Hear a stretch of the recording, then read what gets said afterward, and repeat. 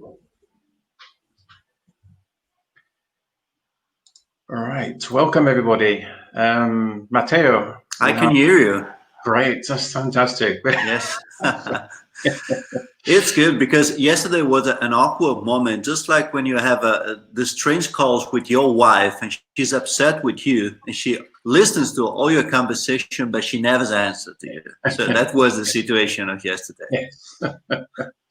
Well, we're delighted to have you back, and people are eager to get part 2 of the epic of Friuli Venezia Giulia. This time it's international grape varieties. So I think straight over to you, Matteo. Okay, thank you.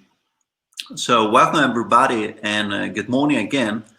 As you've seen, we're trying to make this small trip into our region, and we've seen all the particularities that we already spoken yesterday about something that is very related to a small nutshell.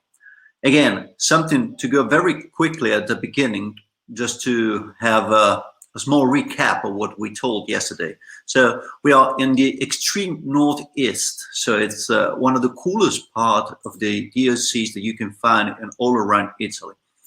One of the things that I didn't tell you yesterday, well, Friuli Venezia Giulia, it's something about 10 DOCs and 4 DOCGs, as you can see. And we got something like 47 different varieties planted, from autochthonous variety to even international ones. And this means that in the whole Italian varieties that are more or less 532. I mean 532 different DOCs in Italy, and even more DOCGs, and all this thing makes us understand that this big mess that we can imagine is an expression of many different identities and many different things that people want to tell you through the wines. So again, Friuli Venezia Giulia, imagine it as a kind of orchestra, not a single instrument. And in order to make all our symphony to be played, we need all the instruments. All of them are very important because producers used to speak themselves through the vineyards. As you can see in this map, you can see the yellow part, which is the Grave. It's the flatland, plain, and we got the river that passes in the middle, which is the Tagliamento, and even the Cellina to the west part, in a place which is called Magredi. And the soil there is made of, stones that permits to the sun to go back to the grape and make it grow really, really strongly.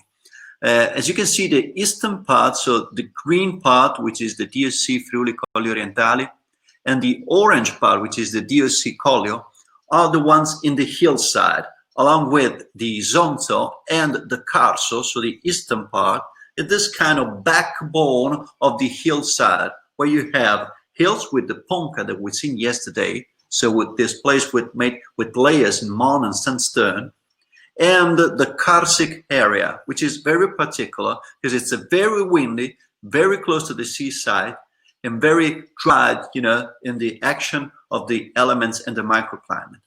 Then we got all the southern part, but it's very important because of the influence of the seaside, as you can imagine. Let's go. So we told yesterday, in a hypothetical shell of our wines in the world, in Italy, Friuli Venezia Giulia just has 2 bottles in this cell of 100 bottles. So the 2% of the entire production. Is a place well known for the white wines, as we already said, and even the average from autochthonous varieties and international varieties is very balanced. Actually, there's a bit more, and we're gonna see now, of the international varieties. There's got a long history in here, a history tied to the territory and tied to the fact that we are actually in the close to borders, and this is very important to us. So The soils, I already told you. And one of the things that we have to remember, apart from the many differences of the small parcels and the soils that you can find, is that, you know, we got on the north the Alps that protects us from the winter coming down, and on the south we have the seaside that protects and mitigates and cleans and dries all the vineyards, and making it a perfect place for the vineyards to grow up. This is well known since it's 2,000 years that, you know, vineyards are planted here. So this is good. Again, the international white wines. One of the things that I want you to know is that the international varieties are planted here in Friuli Venezia Giulia since 150 years. I mean, in the second part of 1800, this, you know, different kind of varieties have been brought here because of love. I want to tell you this story. Maybe I've, you know, heard about the Count de la Tour and Elvina Ritter. And if you have known them, you have known, you know, for the story of Villa Rusic, which is a very important, you know, seller, a very important label of the Collio area. So what happened? These two guys, the Count de la Tour and Elvina Ritter, got married the 15th of February in 1862. And they had to have this earth, this land, as a gift from the wife in Capriva, in Collio. So there, the Count, that was French, understood immediately that that kind of land was very eager to have this, you know, French varieties to be grown up. But there was the empire, the Austro-Hungarian Empire, and was forbidden to bring, you know, other varieties coming from France and put into the Collio earth in Italy, in the Austro-Hungarian Empire. So what he did, he just brought big bunches of flowers to his wife, and inside the bunches of flower, there was hidden the barbatellas of Sauvignon, Pinot Gris, Chardonnay, Pinot Blanc, Merlot, Cabernet, and he brought back to Italy. Now is Italy. In the past was the empire. So what happened in the end of 1800, when it was the phylloxera problem, the fact that we had this international varieties already planted there, with the, you know, new technology of the American food to be planted, saved the entire European, you know, vineyard from the phylloxera because of that. So in order to save a vineyard, we have to give more flowers to our wives. This is the message that the Count de la Tour would give to us.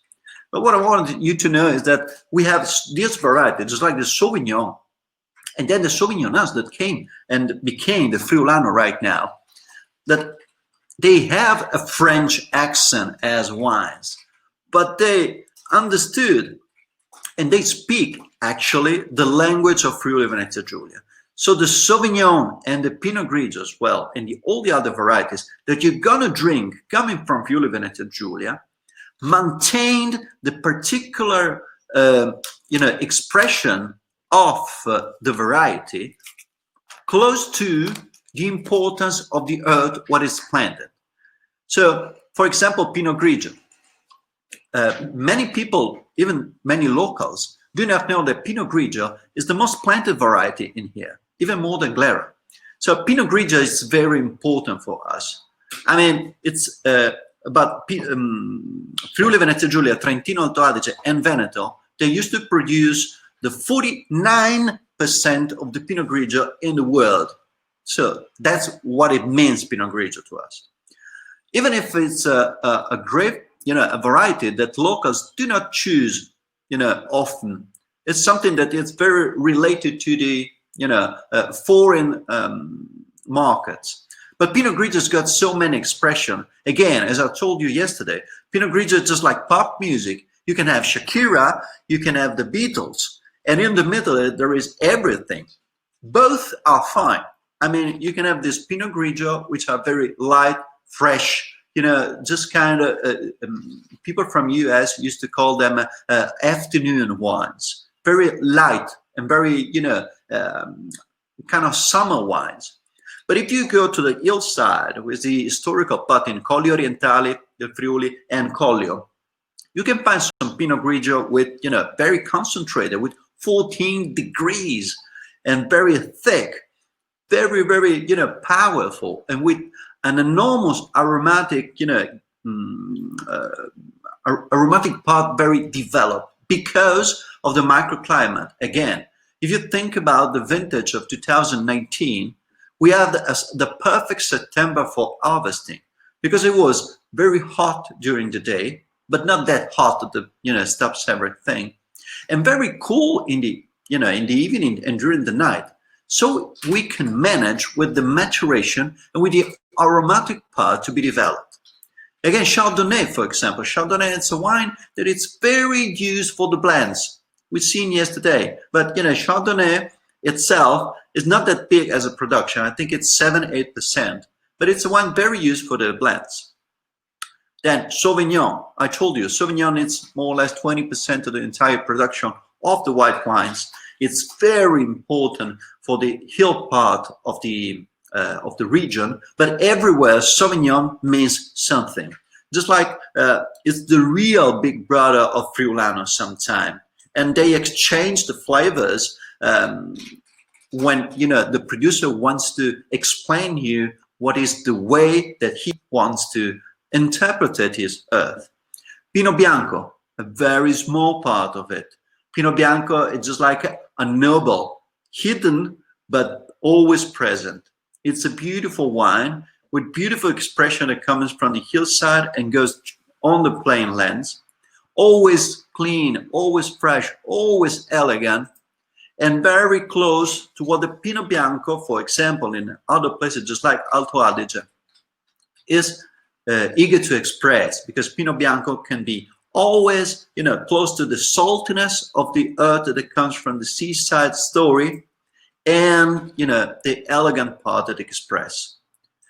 Then we got the smallest part, just like Traminer, Riesling, and Moscato, and I left at the end the Glera. Most of you know Glera. Glera is the wine grape that is, grown to produce the Prosecco. Of course, Prosecco is very important to the entire region. Glera is a wine grape that comes originally from Slovenia, and then it's been spread all around because of its, way to be walked and become the Prosecco. Very important as well, and very close to the southeast part of the region and the plain lands of the region, not planted actually in the hillside part, which is traditionally other varieties planted. Red wines, of course. Red wines are, a part that right now is increasing a little bit, but we're not well known for the red wines. Why? Because of the microclimate makes us, see that kind of red wines never with the perfect maturation that they can reach. For example, the Cabernet Sauvignon that you can drink here, or the Cabernet Franc, you have to completely forget about what they mean in the places where they're born. For example, in France, or for what you can have even in Tuscany, because it's a completely different microclimate. But the thing is that the drinkability and the easiest part, because they're not so big as, the alcohol degrees, and they're very good to be drunk, even as, something that, in an afternoon, in an easy part. And then we got, the increasing thing of the Pinot Noir, of course, very nice expression, something that is increasing right now. And a particular mention we have to say for the Merlot. Why? Merlot, we know that it's wine grape that comes from France. But if you tell to the locals, they think that is a Friolan word. That is not even a French word. So it's very important to know that, Merlot is a perfect way to understand why people here can have international varieties that became just like local wines. Merlot is the perfect example of an international wine, perfectly integrated in what the earth of Friuli Venezia Giulia expresses. You can find unbelievably beautiful Merlots, unbelievably beautiful. And of course, even blends, the unfamous, Bordeaux blend, just like Cabernet Franc, Cabernet Sauvignon, and Merlot. And some interesting that I've found, blends that you can find with Pinot Noir and some local variety, just like we seen yesterday. For example, the Refosco.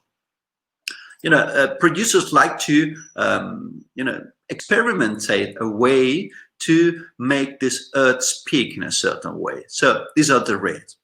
Again, the characteristics, we said already yesterday, we have a high peaks of acidity for the wines, for example, that come from the hillside, that makes us understand how they can have a long-lasting life in the time. I always want to say that to all the people. Drink these wines now, but remember that now you can have a good experience. If you wait from 3 to 5 to 10 years, you're gonna fall completely in love and you go crazy. I hope that in the next years, producer, are going to go through this very important topic and create some lines in the markets for the wines that can develop, because a wine never gets old but always develops itself. So we said acidity, aromatic pop, very important because of the microclimate, the body, the balance, the persistence, and the elegance. Always elegance. Even if we have a high degrees in alcohol, we always maintain the elegance because of the earth, because of the history, and because of the climate. Red wines, again, I told you, very good to be drunk, very good to expression, and all the things they will say.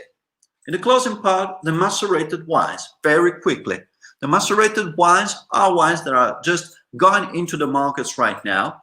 Very important for the eastern part, so Colli Orientali, Collio, and Carso, of course, is something that comes very in the back of the tradition. And right now, they're just increasing, not just in numbers, but in importance. These wines, just like if you think about the Pinot Grigio, for example, the one you see in the picture, or the Ribolla Gialla macerated, even the Friulano macerated, and the maceration that is being done on the Sauvignon, for example, is something that right now is making this part of Friuli Venezia Giulia very famous all around the world, in particular in the Japanese markets, because Japanese like to match the sushi with the macerated wine. So the macerated wines got that tannin that comes from the skin contact that makes you really, understand what's the importance. So I think we got a question. Is the Glera producing Friuli allowed to be marketed as Prosecco DOC? Yes, of course, because Prosecco DOC is a DOC that starts in Veneto and goes through all the area of Friuli Venezia Giulia, because the name of Prosecco comes from a small town, a small village, just up from Trieste, which is called Prosecco. And the name, you can do Prosecco in Friuli Venezia Giulia and Veneto as well. And yes, this is, I'm waiting for your questions. And then I know we got even a video. So I try to be, I hope Anthony likes my timing today. I try to be very precise on it. Yes, brilliant. Brilliant timing. Good. Let's just move us up here. Okay. Yes, so some questions. We're open to, Matteo's open to some questions. Yeah. While you're thinking of some, we have a video to show you of the hills. I think it shows very nicely the hills of Friuli Venezia Giulia. Here we go. I'm just answering to Kevin, and the answer is yes, it's Prosecco Contovello. Right. So how did Veneto steal the name, or if it was stolen, how did they get to call it Prosecco if it's actually... They just try, you have to, it's a long story. It's a long story. They actually haven't stolen. They just have, managed to make it work better. And they just brought the name because they tied it with the territory where the glera was planted. And they just enlarged the area and asked to the European Commission to do that. And they just said, yes, right now you can do Prosecco from Trieste to the entire Veneto DOC. Okay. Well, some questions coming. Yeah, I've seen. What is Franciacorta grape and used for? Well, Franconia, sorry. Franconia, it's a grape that comes from, some people used to say that comes from France, and some of it used to say that comes from the northern part of the empire, from Germany and Austria. It's a red wine. It's used, well, sometimes it's used in the blends, so just as a cup for the Merlot, for the Cabernet Franc, and when they do not develop this thickness, right? But sometimes it's got a very good expression, even just itself, so Franconia itself.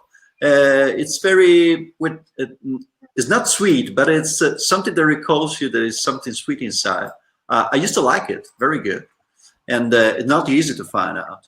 Very hard to find. It's very, a small quantity, right? Right. Is bunch thinning a part of ensuring that the Pinot Grigio are more robust Pinot Gris, like wine in Friuli? I see the same in Alto Adige quantity process, so that it is not the genetic Pinot Grigio that is mass-produced. Yes. It depends on the yields, right? So and it depends on the different kind of interpretation that people want to have from Pinot Grigio. Some people just want that Pinot Grigio produces, and they do not go for the concentration. But if you go to the hillside part, you can find, the Pinot Grigio in this small guyot that's very concentrated, and they and it's not mass produced, because we got yields that can go from 6 to 7 tons from hectare. So it's nothing, and that's it. So it's very. It depends on the area. It depends on the area, but historically, if you got lower yields, you have much more concentration, and this thing is made in the eastern parts, so Colli and Colli Orientale, for example, and the zones as well. There's a question from Artie. What are some of the most important advances in the region over the last 2 to 5 years? Sorry? What are some of the most important advances in the region over the last 2 to 5 years? Well, I don't know, actually. And yes, no. from I don't know. Could be Artie, maybe be a bit more specific, or, so we can get an answer to you. One in from Stanislav. You mentioned Riesling. Is it Riesling Italico or Rhine Riesling?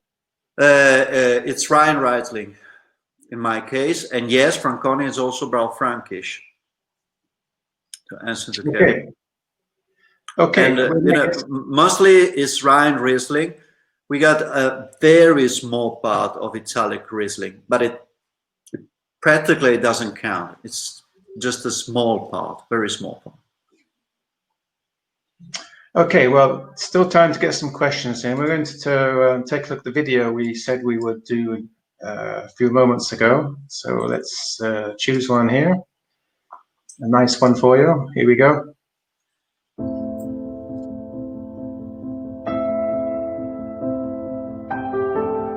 Ricordo ancora il giorno in cui ci siamo viste per la prima volta.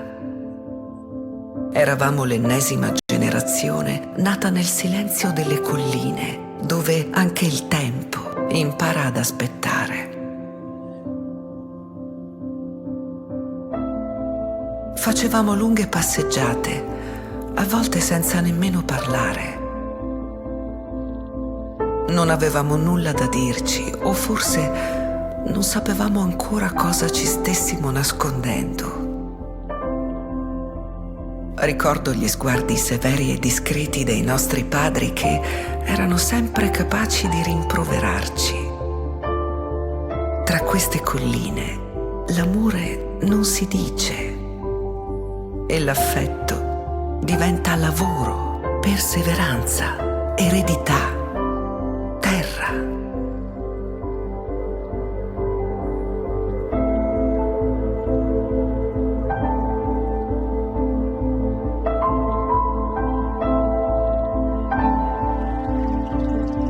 C'era un destino alla fine dei nostri incontri. Era un destino al quale difficilmente ci potevamo sottrarre.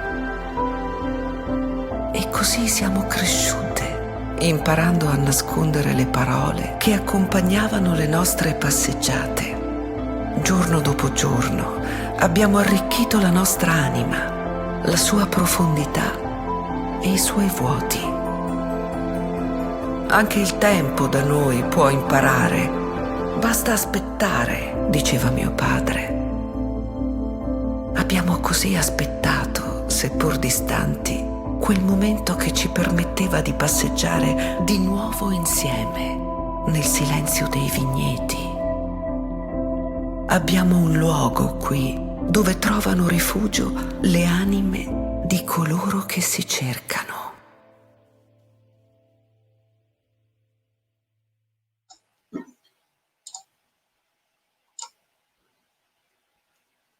Okay, that was looks brilliant. Are those hills that are kind of square shaped? Are they man-made, or they cut them like that? Yeah, they used to make it because they used to, make it in order to be planted with the vineyard. I got the answer for Otti. So he has me any advances in the winemaking. Well, there are. If we think about, the differences from the winemaker that was in the 90s, starting with the super whites that had been made in the 90s, so with a lot of, wood inside, so this kind of big wines that I wanted to do. Right now, we're coming back to something very simple.